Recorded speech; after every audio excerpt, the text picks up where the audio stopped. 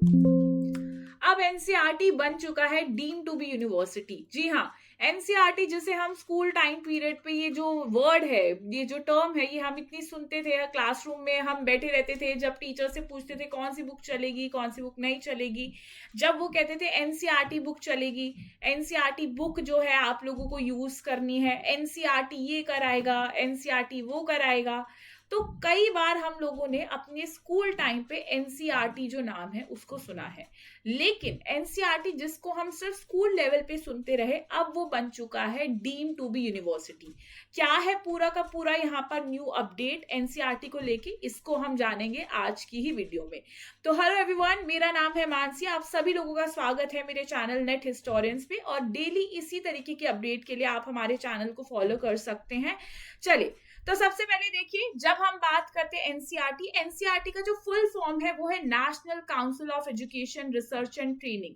इसको स्टैब्लिश किया 1961 में under the ministry of education, government of India. अगर एनसीईआरटी की बात करें तो एनसीईआरटी का मेन काम क्या है? ये एक ऐसा इंस्टीट्यूशन है जो कि आप देखोगे इसके मेन रोल यहाँ पर स्कूल एजुकेशन से रिलेटेड जो है वो बनाए गए हैं, कि जो भी चीजें स्कूल लेवल पे आप लोगों के कुछ काम है जो कि इनका यहाँ पर इनको करना होता है। बिफोर 2026, यानी अभी जब ये नोटिफिकेशन आउट हुआ है और ये पूरा आप लोगों का अपडेट आया, इससे पहले एनसीईआरटी करता क्या था, अगर आप इसको थोड़ा और अच्छे से समझना चाहें तो एनसीईआरटी का मेन काम था कि वो स्कूल एजुकेशन जो इंडिया है उसके अंदर ध्यान देगा, वहां पे करिकुलम डेवलपमेंट में आपके जो सिलेबस है उसको डिजाइन करना है सीबीएसई की गाइडलाइंस के अकॉर्डिंग, बोर्ड के अकॉर्डिंग, ये सब कुछ टेक्स्ट बुक प्रिपरेशन करनी है स्कूल के अकॉर्डिंग, एजुकेशनल रिसर्च जो है वो उसको कंडक्ट करानी है, एजुकेशन और टीचिंग मेथड्स क्या क्या होंगे उस चीज के ऊपर ध्यान देना है, टीचिंग ट्रेनिंग मेथड्स जो है उसके ऊपर काम करना है, टेक्निक जो है टीचिंग के लिए उसके ऊपर ध्यान देना है, एजुकेशन के अंदर इनोवेशंस लेकर आने हैं, ये सारी चीजें करनी है, पॉलिसी एडवाइस करना है कि क्या नई चीजें स्कूल के अंदर लेकर आई जा सकती हैं। यानी कि एनसीईआरटी जो आपका इंस्टीट्यूट है, इससे पहले ऑर्गेनाइजेशन आपका ये सारी चीजों को देखता था स्कूल लेवल पे,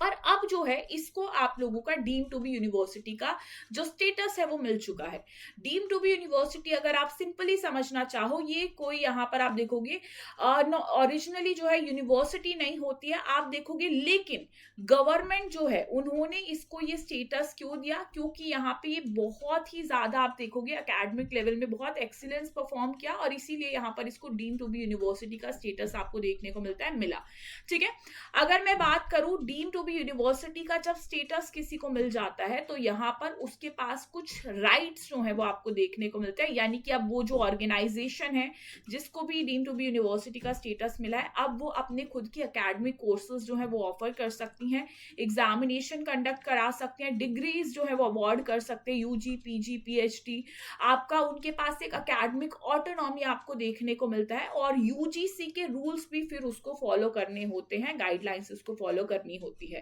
अब जो मेजर चेंज अगर NCERT deem to be university बना है तो यहाँ पे क्या चेंज है या क्या वो राइट है जो एनसीईआरटी के पास अब आया है? सबसे पहली बात, अब वो एक डिग्री ग्रांटिंग इंस्टीट्यूशन बन चुका है। यहाँ पर आप देखोगे एनसीईआरटी जो कहीं ना कहीं पहले डिग्री नहीं देता था, अब वो खुद की डिग्री अवार्ड कर सकता है, example bachelor degree, master, PhD programs degree वो यहाँ पे अवार्ड कर सकता है। इसी के साथ वो अपने मास्टर्स एंड पीएचडी प्रोग्राम जो है वो अब स्टार्ट कर सकता है, पीएचडी एजुकेशन स्टार्ट कर सकता है, रिसर्च प्रोग्राम स्टार्ट कर सकता है, जिससे आप देखोगे कि और भी ज्यादा इंडिया के अंदर जो एजुकेशन रिसर्च है वो स्ट्रेंथन होगा। इसी के साथ यहाँ पे हायर एजुकेशन के अंदर और भी एक्सपेंशन यहाँ पर हुआ है, जो एनसीईआरटी सिर्फ स्कूल एजुकेशन तक लिमिटेड था, अब वो हायर एजुकेशन के अंदर भी जो रिसर्च प्रोग्राम है उसको चलाएगा, और यहाँ पर और भी जो है अपना कंट्रीब्यूशन देने वाला है। अब स्ट्रॉन्ग फोकस होगा एनसीईआरटी का यहाँ पे एजुकेशनल रिसर्च में, टीचिंग इनोवेशन में, करिकुलम एक्सपेरिमेंट में, एजुकेशन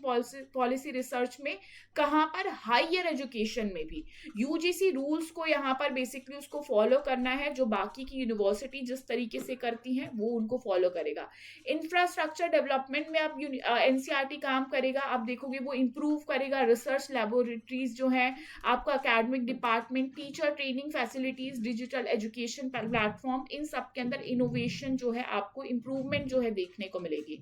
अब ये डिसीजन जो है ये बहुत इंपॉर्टेंट हमारे लिए हो जाता है, क्यों? क्योंकि कहीं ना कहीं इससे इंडिया में जो टीचर एजुकेशन है वो और भी ज्यादा स्ट्रेंथन हो जाएगा, आपका और भी ज्यादा रिसर्च जो है एजुकेशन में होगी, ये इसके अंदर आपको इंक्रीज देखने को मिलेगा। एकेडमिक ऑटोनॉमी जो है कहीं ना कहीं एनसीईआरटी जो है यहाँ पर उसको मिली है, जिसकी वजह से और भी इनिशिएटिव लिए जाएंगे, और ये कहीं ना कहीं एनईपी 2020 को सपोर्ट करके यहाँ पर ये डिसीजन जो है इसको लिया गया है।